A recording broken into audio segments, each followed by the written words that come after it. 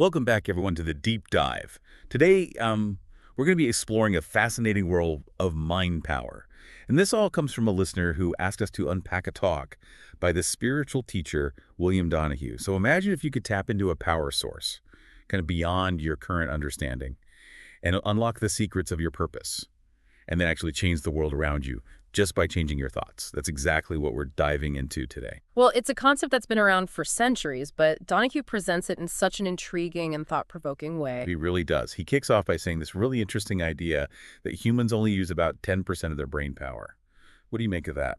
Well, it is a bit of a controversial claim, but it does raise a fascinating question. What if we have this vast, untapped potential just waiting to be unlocked? Donahue calls this untapped potential cosmic intelligence, and he suggests it could hold the key to understanding our purpose and finding true happiness. Okay, so how do we tap into this cosmic intelligence? Donahue talks about meditation as a way to silence the monkey mind, all those racing thoughts and distractions. Is that what he's getting at? Exactly. He says we need to quiet the internal chatter and align ourselves with the natural flow of the universe. He even uses the analogy of weather patterns, suggesting that nature flows in a specific, harmonious way.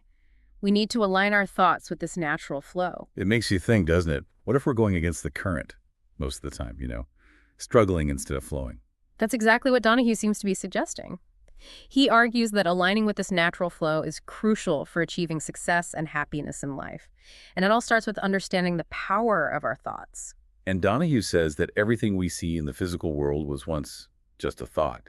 So it's almost like we create our own reality with our minds, right? He's definitely touching on the idea that our thoughts aren't just passive things happening inside our heads. They have real power to shape our experiences and the world around us. But he does give a pretty stark warning, too. He points out that thoughts can be constructive or destructive. It's like that saying, what you focus on expands. Absolutely. If we want to create positive change in our lives and the world, we need to become masters of our minds. We have to cultivate thoughts that are aligned with our highest goals and aspirations. Okay, this is where it gets interesting for me. Donahue then dives into biblical metaphors, suggesting that many of these stories are actually about psychological and spiritual truths. For example, he sees Adam and Eve as a representation of the interplay between thought and action. It's definitely a thought-provoking interpretation. Eve eating the apple first symbolizes thought preceding action, while Adam eating it represents the action itself. Donahue seems to be encouraging us to look beyond the surface level of these ancient stories and find deeper meanings that apply to our own lives. And he goes on to reinterpret the story of Cain and Abel as representing inner conflict, the battle between our higher and lower selves. That's a theme that resonates across cultures and time periods, isn't it? This inner struggle between what's right and giving in to temptation. Donahue is saying that understanding this dynamic within ourselves is key to personal growth and spiritual evolution. And get this, he even deconstructs the talking snake metaphor. He interprets it as the voice of our physical body and ego, the desires and impulses that can lead us astray if we're not careful.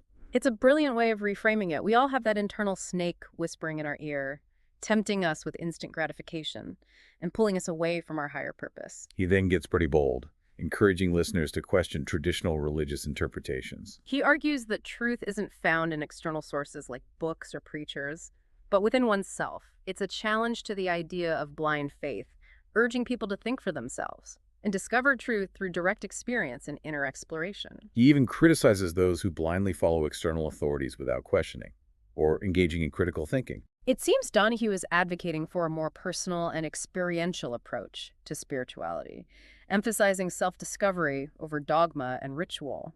And to illustrate the importance of persistence in meditation, he uses the parable of the man asking for bread at midnight. Just as that persistent friend eventually receives what he needs, Donahue believes those who persistently meditate will unlock the bread of truth and experience true fulfillment. He seems to be saying that spiritual growth requires effort and dedication. It's not something that just happens passively. We have to put in the work. And remember how we talked about aligning with the natural flow of the universe? Well, he connects that to the experience of sound and vibration, using the example of a gong. He points out that the sound we hear isn't in the gong itself, but in the vibration that registers in our minds. It's a profound point. He's highlighting that truth and reality are ultimately experiences within our own consciousness. And just like a gong creates a vibration that resonates in our ears, he suggests that the universe itself vibrates at a certain frequency, and we can tap into that through meditation. He specifically mentions the sound M as a vibration that's in harmony with the universe. It's fascinating to think about the role of chanting and sound in various spiritual traditions, isn't it? It certainly is. Could he be suggesting that certain sounds have the power to shift our consciousness and connect us to a deeper reality? He also delves into the science behind mind power, emphasizing that it all comes down to the electrical circuitry of our brains. He even compares us to circuit boards that can be reprogrammed through meditation. That's interesting. He's suggesting that we can literally change the physical structure and function of our brains by changing our thoughts and habits. It aligns with the concept of neuroplasticity, the brain's ability to rewire itself based on experience. And he uses examples like Michael Jordan, highlighting how focused concentration can lead to mastery in any field. It's a reminder that our minds are incredibly powerful tools. Absolutely. With consistent effort and direction, we can achieve extraordinary things. But Donahue also warns against scattering our energy and focusing on too many things at once. He uses the example of his own forgetfulness to illustrate the point. It's a relatable example, isn't it? We've all experienced those moments where we're so overwhelmed with distractions that we can't seem to focus. He's highlighting the importance of focus and intentionality. It's not enough to just have thoughts. We need to learn to direct our mental energy toward our goals. He then reminds us that the way we are now is a product of our past conditioning. But the good news is that we have the power to shape our future by changing our thoughts and behaviors in the present. This speaks to the idea of personal responsibility. We're not simply victims of our circumstances. We have the power to choose our thoughts and actions, and in doing so, we create our own reality. Donahue then circles back to the idea of attracting positive or negative currents into our lives, suggesting that our thoughts act like magnets. It's like he's saying that if we want to attract positive experiences, we need to cultivate positive thoughts and emotions. And conversely, if we're constantly dwelling on negativity, we're more likely to attract negative experiences. He then touches on the dangers of literal interpretations of religious texts. He uses the example of the fundamentalist violence in Pensacola, Florida, where a man justified killing based on his interpretation of the Bible. It raises an important question about the role of interpretation in religious belief. Donahue seems to be cautioning against blind adherence to dogma and emphasizing the importance of critical thinking and personal discernment when engaging with spiritual teachings. He gets pretty passionate about this, arguing that literalizing certain biblical passages can be incredibly dangerous, especially in the hands of emotionally disturbed individuals. It's a reminder that words have power, and interpretations can have a profound impact on behavior.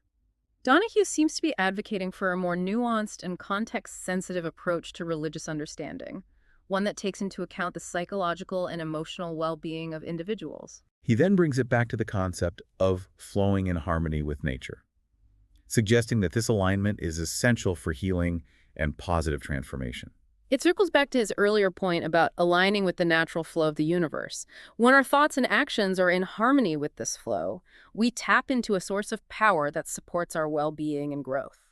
And he uses the analogy of sap flowing upward in a tree, defying gravity, to illustrate how we can transcend limitations by plugging into a higher law or principle. It's a beautiful analogy. He's suggesting that we can overcome seemingly insurmountable obstacles by aligning ourselves with a force that's greater than our individual limitations.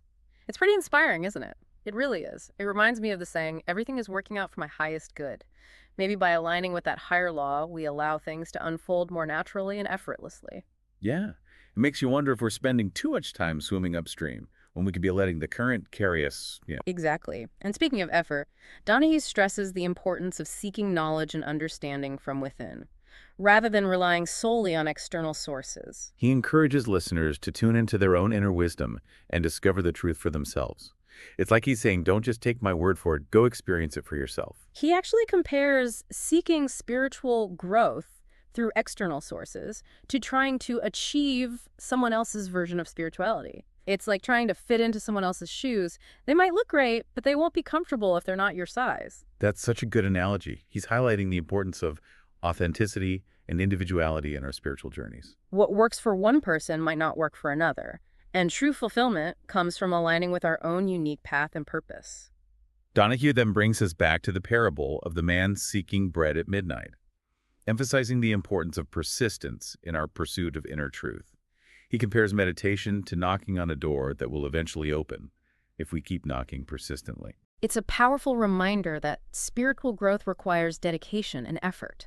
It's not a passive process. We need to actively seek out truth and be persistent in our efforts to connect with our inner wisdom. And he gives this practical tip, suggesting that we stay in touch with our inner selves throughout the day, even if it's just for brief periods. He likens it to checking in with a friend or reminding ourselves of our destination before embarking on a journey. It's a great reminder that we don't need to carve out hours from our busy schedules to cultivate mindfulness. Even those small moments of introspection can make a big difference. Absolutely. And he also highlights the importance of tuning into our inner guidance.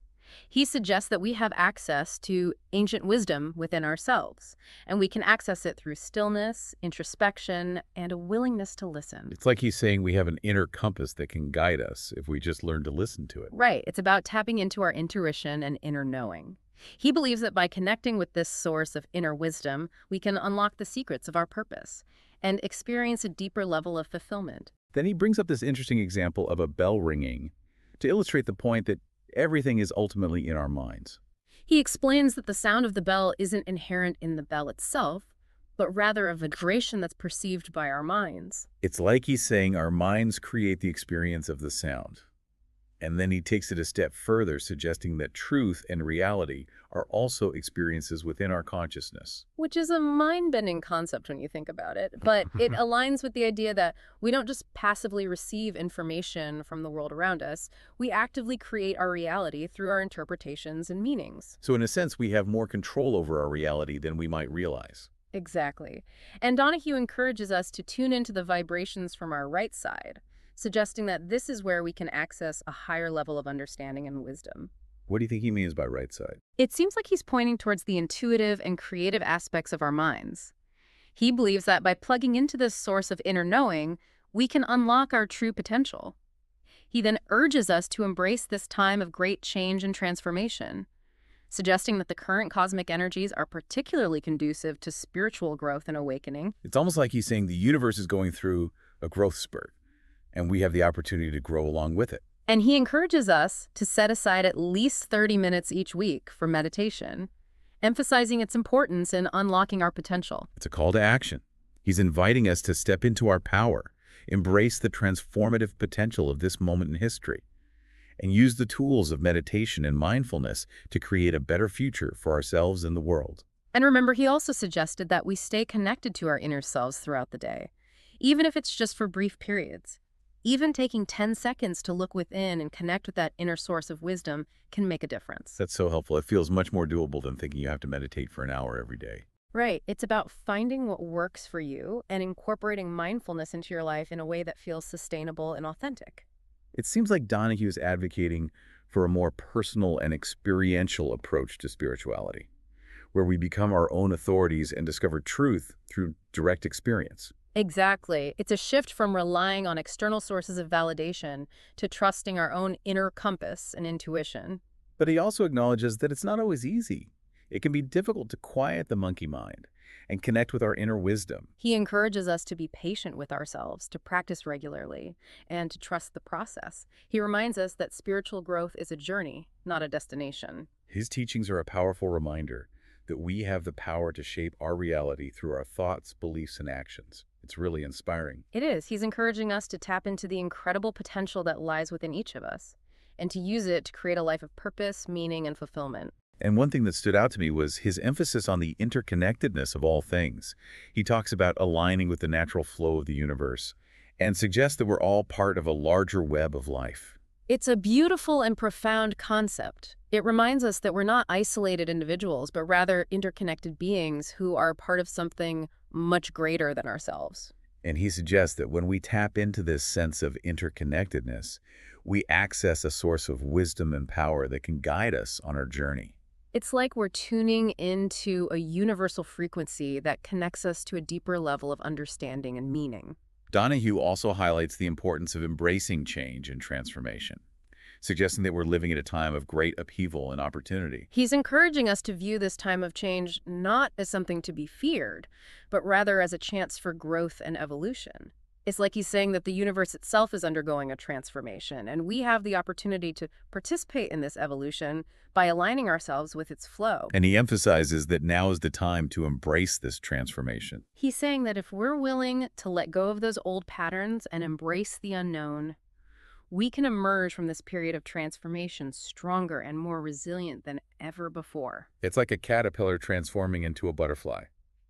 It's a messy process, Hmm. but the outcome is something beautiful and transformative. Exactly. And he reminds us that we're not alone on this journey. We're all in this together. By supporting each other and sharing our wisdom, we can navigate these challenging times with greater ease and grace.